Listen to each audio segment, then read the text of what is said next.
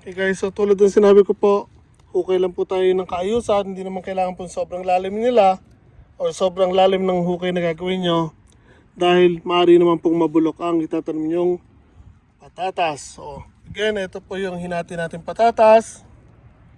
Then ito yung binili natin powder. Kanya po, fully coat nyo po siya. Then lalagyan nyo lang pong ganyan. Then tabunan nyo.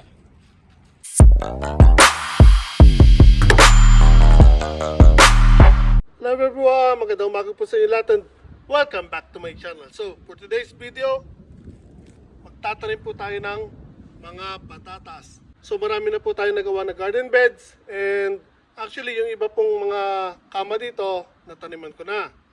Pero itong huling apat, nauko pa lang po tataniman at ipapakita ko sa inyo ang magandang paraan ng pagtatanim ng patatas. So, samahan nyo ko.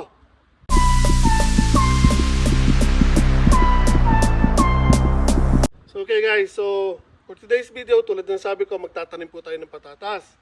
So, kung makikita nyo po itong hawak ko, patatas po yan. So, dito po sa Japan, marami pong variety ng patatas. Meron po ito bilog, merong haba, merong ubod na lalaki na kala mong paan ng tao, then merong puti, dilaw, pula, violet, at kung ano-ano pa. So, sa ngayon, nakapagtanim na po ako ng violet na patatas, yung tinatanim ko lagi sa bahay. And meron po ako nito na itanim. Ito, yung nabili sa grocery na sumobra lang at tinubuan sa bahay. So, 2 piraso lang to, isasama din natin kasi sayang. So, ang patatas, actually, pwede nyo pong itanim to ng as is. So, ibig sabihin, itong mismong patatas na to, ibabaw nyo lang po or itatanim nyo lang po sa garden nyo. Mag-aantay lang po kayo ng 3 months after ng pagtatanim. Then, makaka-harvest na po kayo ng mga patatas. So, again, one way is as is. Then, another way is, so ito, para mas makita nyo na maayos, itong 10 patatas, titingnan nyo kung saan lumalabas yung mga sibol niya. Then hahatiin natin siya guys. So mas maganda kung meron kayong mas maayos na kutsilyo.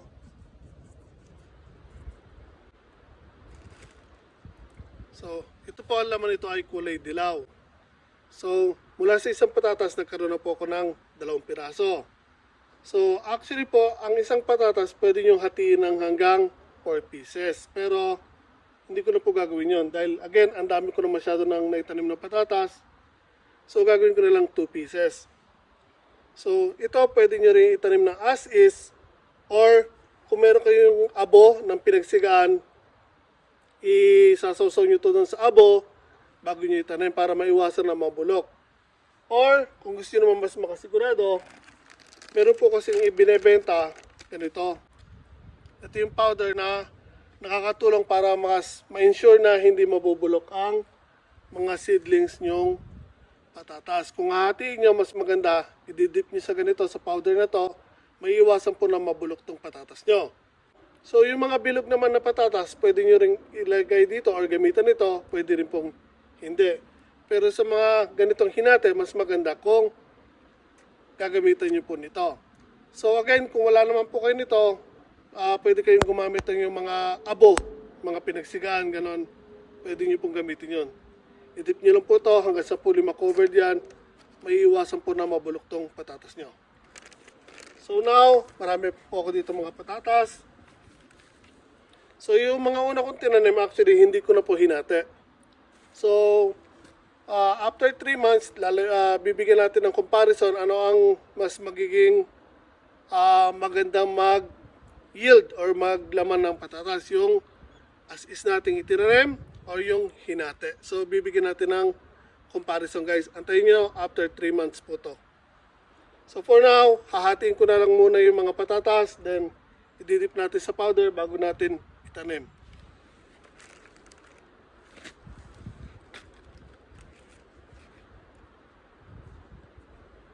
So again, bawat isang patatas hahatiin ko lang po sa 2 piraso. Hindi ko na po sila kailangan gawing 4, although pwede. Kaya nga lang again, sobrang dami na po natin ng seedlings. Hindi ko na kailangang paramihin pa sila ng ganong karami. So bago natin sila itanim, doon natin ididip. Pwede nyo rin po silang gawin habang pagkahati, idip nyo na po agad sila para pag itatanim nyo, diretso tanim na lang po.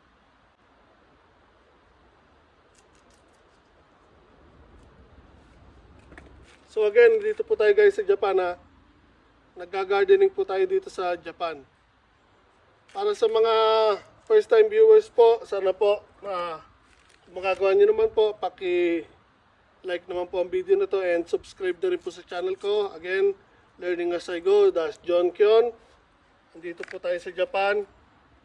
Nagga-gardening po tayo. Then, nag-aalaga po tayo ng mga tropical fruit trees.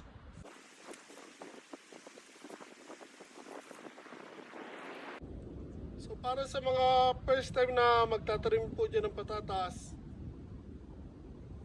ang patatas po, pagkatanim nyo,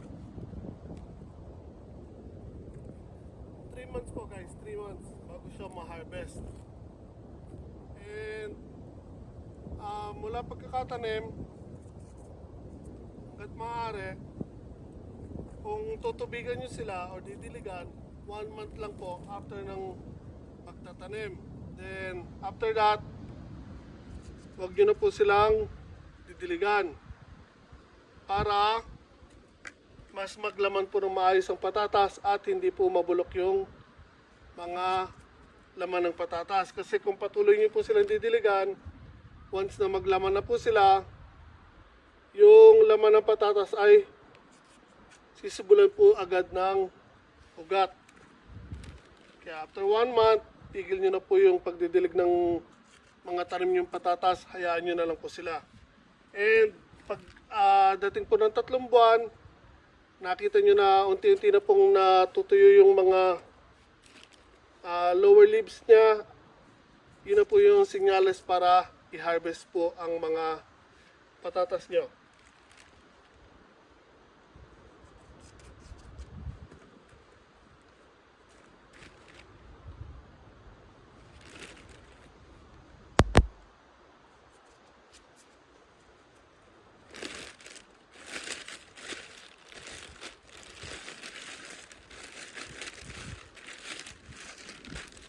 Okay guys, so meron po tayong mga malalaking patatas and meron din po tayong mga maliliit. So yung sa mga maliliit, hindi ko na po hahatiin. Yung mga malalaki lang. So nakita nyo po, may ugat na siya.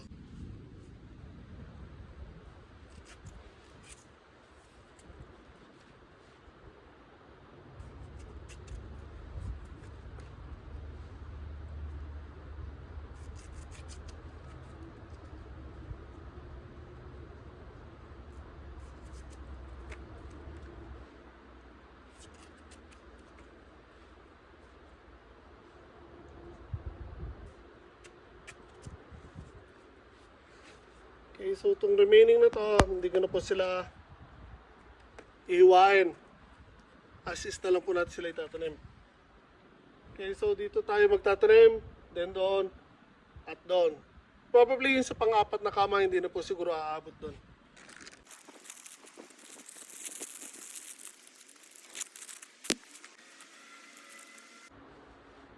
So ilalagay po natin ito sa isang flat na lalagyan guys, tong powder natin para mas madali po nating magamit.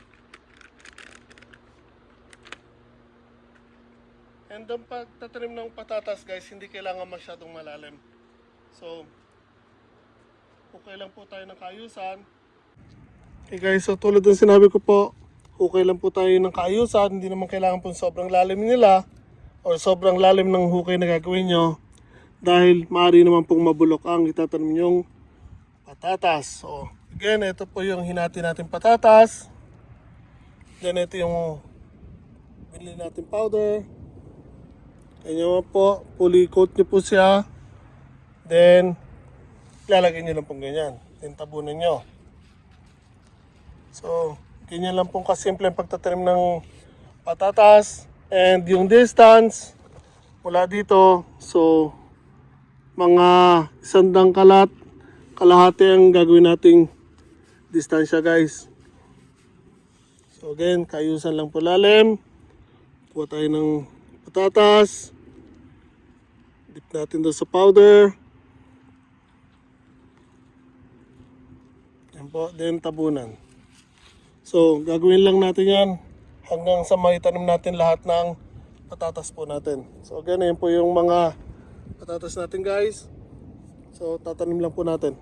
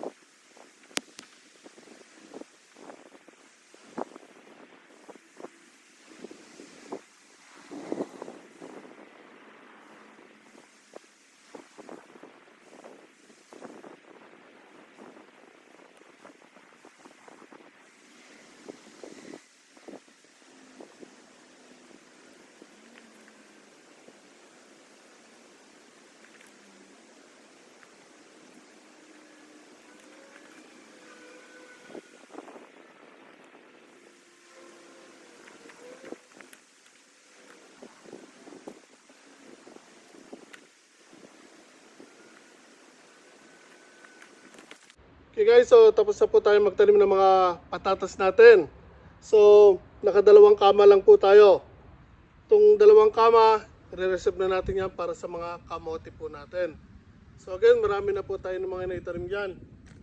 And tulad na sabi ko kanina, kung magtatanim kayo ng patatas, okay, pwede nyo po silang itanim ng as is. Pero kung malalaki ang patatas nyo, mas maganda kung hahatiin nyo sila.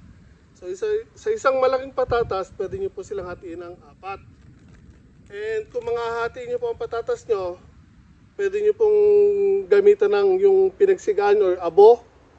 Ibubudbud nyo po yung, or iditip nyo po doon sa abo yung patatas para po maiwasan na mabulok po yung itatanim yung patatas. Or kung meron naman po kayong ganito, ito po yung ginagamit para sa patatas pag hatiin nyo. Again, pwede nyo rin po gamitin ito kahit buo po sila. Ito mas may iwasan po na mabulok po yung itatanim yung patatas. So again, once na magtanim po kayo ng patatas, after planting, 3 months po ang aabutin niya bago po i-harvest ang mga itinanim nyo pong patatas. And again, sa pagdidilig naman po ng patatas, once na tinanim nyo, first month nyo lang po sila didiligin.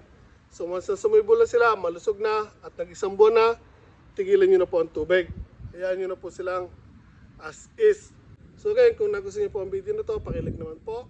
Share sa mga kaibigan niyo and subscribe na rin po sa channel ko. Malaking tulong po yun para sa akin. Sa mga first time viewers po dyan, paki-share naman po ang video natin and subscribe na rin po sa channel ko. Again, nandito po tayo sa Japan. Learning as I go, that's John Kion. Marami po tayong klase ng video.